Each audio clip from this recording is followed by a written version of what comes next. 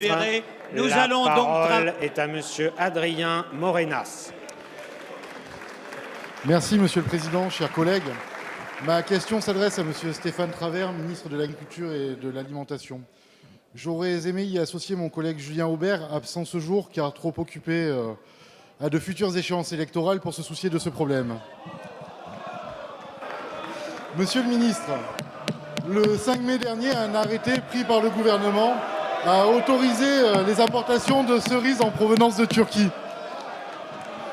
Il y a 2 ans, dans un souci de santé publique, la France interdisait le diméthoate pour nos producteurs de cerises, ne lui autorisant en retour que 4 produits bien plus chers et surtout bien moins efficaces.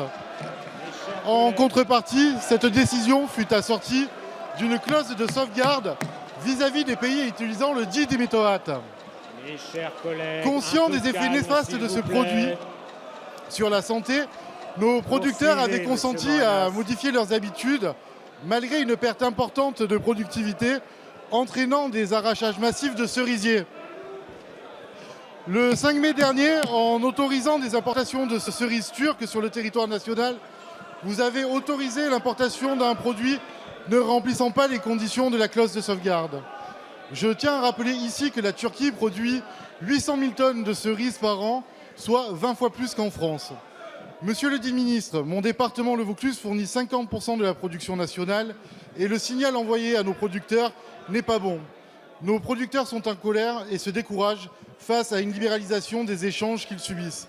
Alors, monsieur le ministre, je souhaite savoir ce que vous comptez enfin faire pour protéger de toute urgence notre économie agricole et la santé des consommateurs français. Je vous remercie. La parole est à Monsieur Stéphane Travert, ministre de l'Agriculture et de l'Alimentation.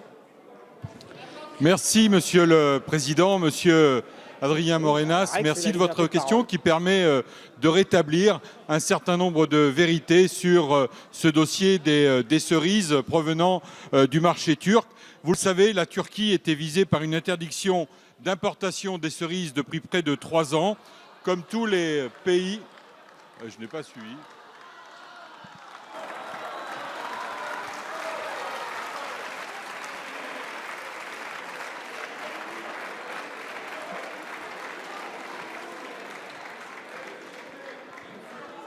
Monsieur Aubert étant revenu, je peux donc répondre à votre question, monsieur le député.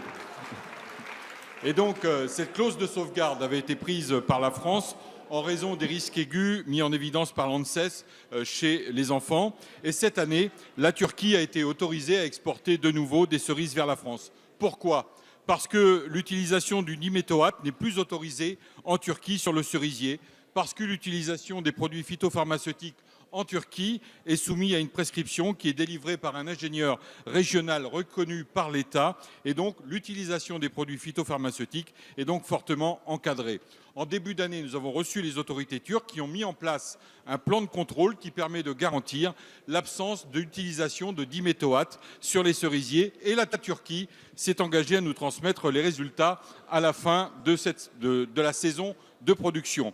196 inspecteurs sont mobilisés en Turquie et j'ai demandé à ce que des contrôles soient menés à l'arrivée sur les cerises en France et si un résultat positif était avéré, l'importation des cerises serait aussitôt interdite sur le territoire et à ce jour, 142 visites, 12 prélèvements ont été effectués et aucune anomalie n'a été constatée. Aucune cerise, je le dis bien, aucune cerise traitée au diméthoate ne franchira la frontière nationale, je vous le dis et je vous l'affirme.